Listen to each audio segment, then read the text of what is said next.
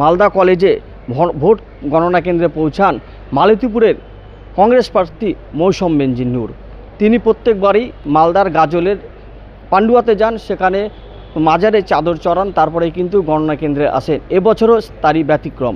তিনি আসেন এবং মালদা কলেজ রয়েছে, মালদা কলেজে তার ভোট গণনা কেন্দ্র, এখানে সেন্টার, এখানে তার বিরুদ্ধে দাঁড়িয়েছেন তৃণমূল প্রার্থী তথা তৃণমূলের জেলা সভাপতি আব্দুর রহিম বক্সি। এই মুহূর্তে যে খবর আমরা পাচ্ছি যে আব্দুর রহিম বক্সি প্রায় ৬,০০০ ভোটে এগিয়ে রয়েছেন মৌসম বেনজির নূর থেকে। তবে একটা বিষয় বলে রাখি যে এই মালতীপুর যে বিধানসভা কেন্দ্র, এটা কিন্তু একেবারে সবার নজরেই ছিল, কারণ তৃণমূল ছেড়ে কিছুদিন আগে যোগ দিয়েছিলেন মৌসম বেনজির নূর। তিনি কিন্তু নিজের ঘরে ফিরেছিলেন।